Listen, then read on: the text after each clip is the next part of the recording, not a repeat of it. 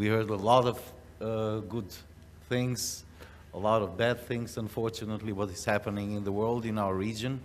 But we heard also a lot of thoughts about what are the ways, let's say, out of this situation.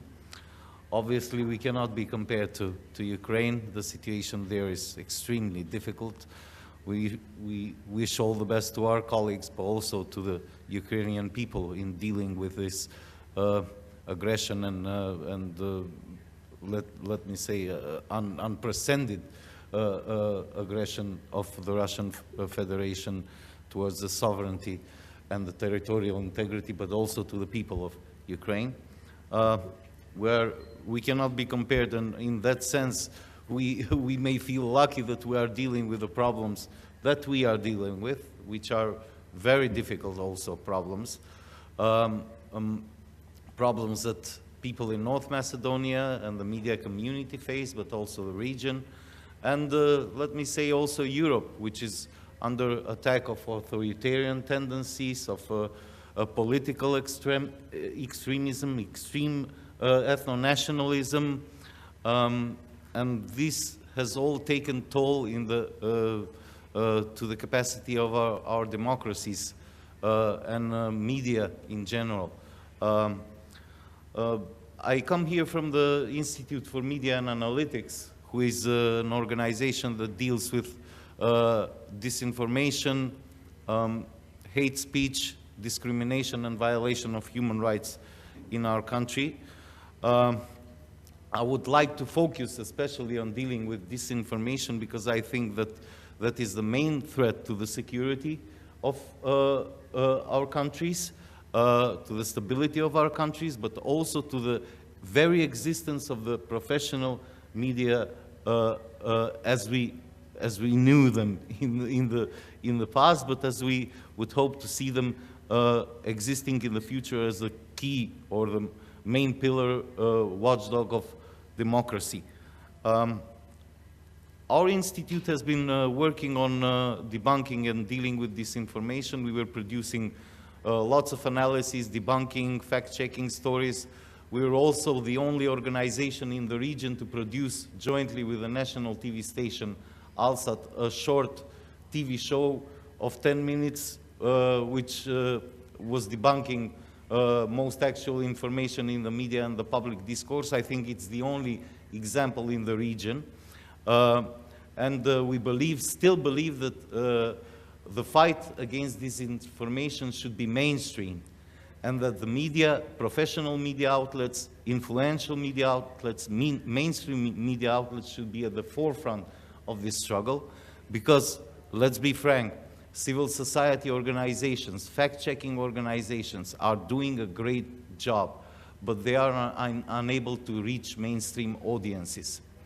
And what we are seeing is that this disinformation industry that is undermining democracies, attacking human rights, producing violence, hate speech in the societies, is predominantly threatening the professional media. It is taking audiences from them. And if it continues like this, most of the media outlets, professional media outlets, as we see, the newsrooms are shrinking. Lots of them are having difficulty surviving, and many of them would be closing any time now if this continues to be the case, if they don't take part, let's say, a more active part in this fight against disinformation. Just to mention an example of how this works, and to connect it also with Ukraine. Last year, a tweet on X, now former Twitter, said that the President of Ukraine, Zelensky, was welcomed to the United Nations General Assembly by a billboard on the streets of New York, which read, "Glory to Urine," instead of "Glory to Ukraine." This tweet was published by a notorious profile on Twitter, who was used by the Russian propaganda for obvious reasons. And then it got picked up by lots of media in Serbia. And then this piece of disinformation was published by over 30 media outlets in North Macedonia, including 2 national TV stations.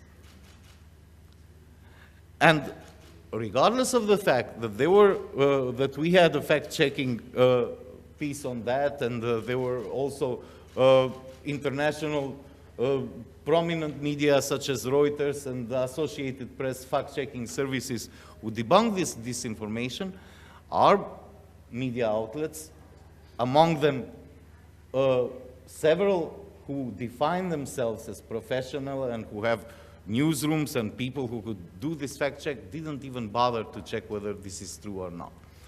We saw this piece of disinformation later appear on the Telegram channel of Zakharova, and it was obviously a manipulated image from a billboard that never existed. The company that owns the billboard issued a statement for one of the fact-checking services that it never happened, and that they didn't have a billboard for Ukraine at all.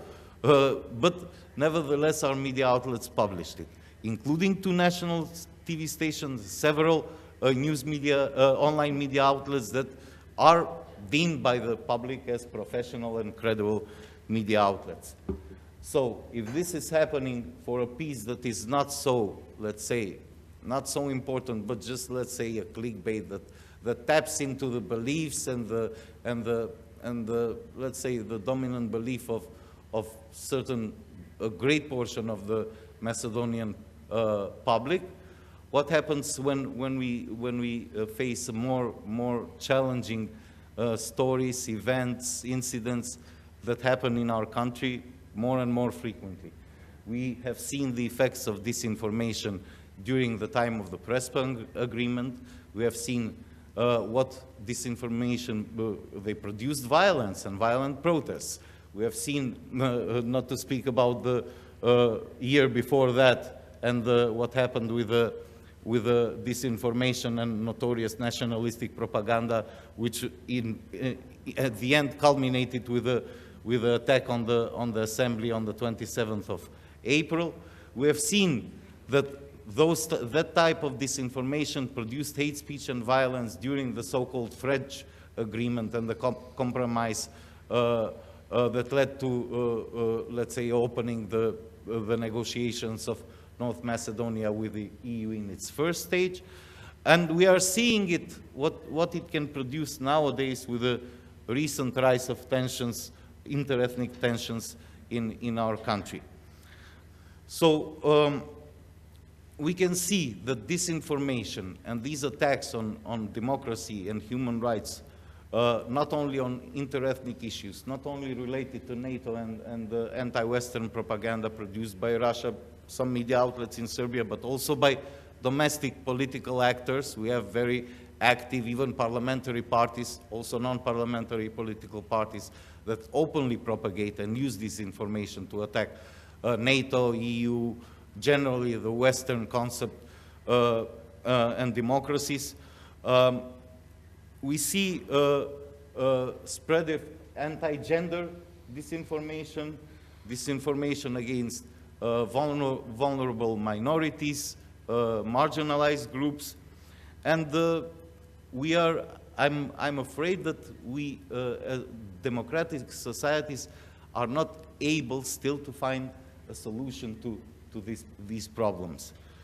I mean, just imagine what can you do in a 30-second video on TikTok. How many disinformation? You can spread 5 sentences, each containing disinformation.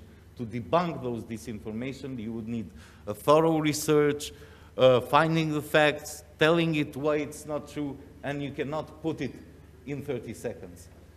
Also, these are very clickable, very sensationalistic pieces of content. They tap into the beliefs, previously formative beliefs of the people, and they tap to the habit of the audience, which is becoming more and more dominant, this confirmation bias. People simply seek and watch the media and the content that confirms their beliefs.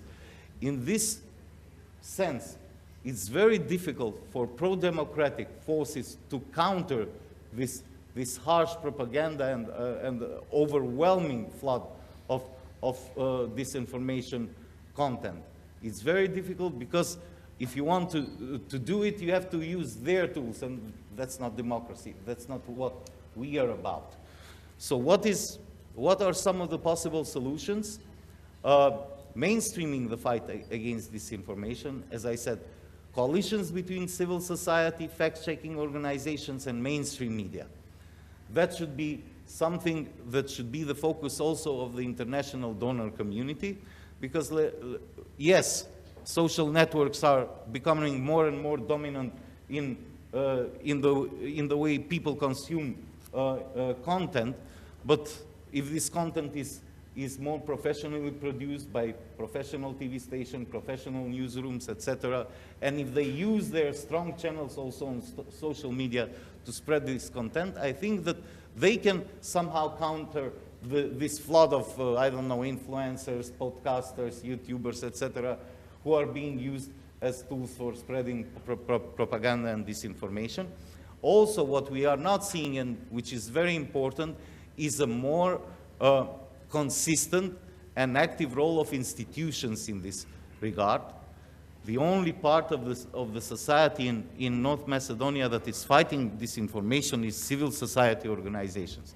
We are not seeing concrete actions from the institutions, from the media or other parts of society. We are constantly speaking on these types of events about whole society approach. Unfortunately, it is not happening, and that's something that should happen. On the long term, of course, we can speak about media literacy, about interventions through education, because our education, our books in the primary and secondary education system are filled with disinformation and outdated disinformation. We need an enormous effort to fix those and incorporate media literacy in the whole, in all the subjects, not just as some voluntary course in some of the stages of education. Let's not forget that disinformation industry, people, anti-democratic forces, it was mentioned here also, they use lots of money, they invest lots of money, lots of human resources in what they do for their personal political gain, for their gain of their companies, etc. You cannot, it's like facing an army who is coming to you with tanks, with guns, with nuclear weapons, and you are taking out swords and horses on them. So this is not the way to deal, to enter this fight. This fight should have adequate human and financial resources if we want to be successful. If not, I'm afraid that I don't have such a optimistic picture about what is going to happen in future. Also with the impacts of social media, artificial intelligence, the degrading of professional media, degrading of education throughout the world, I think that we are going to face more and more difficult times before we come to grasp with reality and maybe try to make a more active fight against threats to democracy and human rights. Sorry, maybe I took too long, but... You didn't, but this is wonderful. Thank you.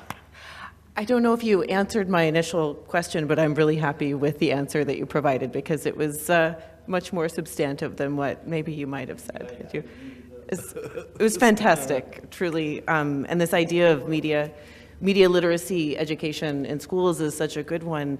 And you would just need the schools to somehow agree. And the state to agree, because if you want to put it in the formal education system. Yes. Sometimes the state doesn't want to, because it produces critical thinkers who would be voters tomorrow. I don't think politicians like that very much.